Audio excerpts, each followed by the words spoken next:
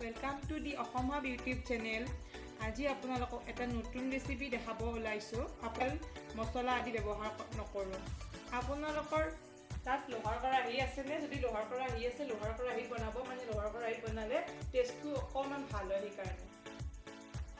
তেলখিনি গৰম হোৱাৰ পাছত গেছটো মিডিয়ামত দি আমি চিকেনখিনি দি দিছোঁ।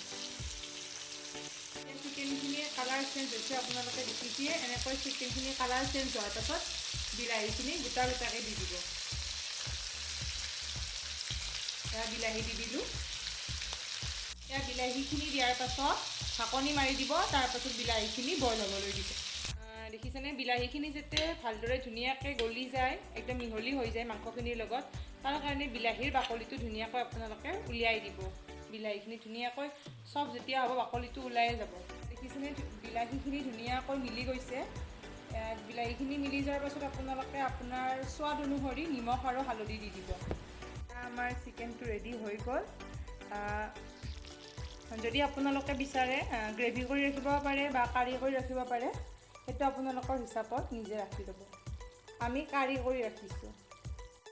তেন্তে আজিলৈ আহিছোঁ, বাই।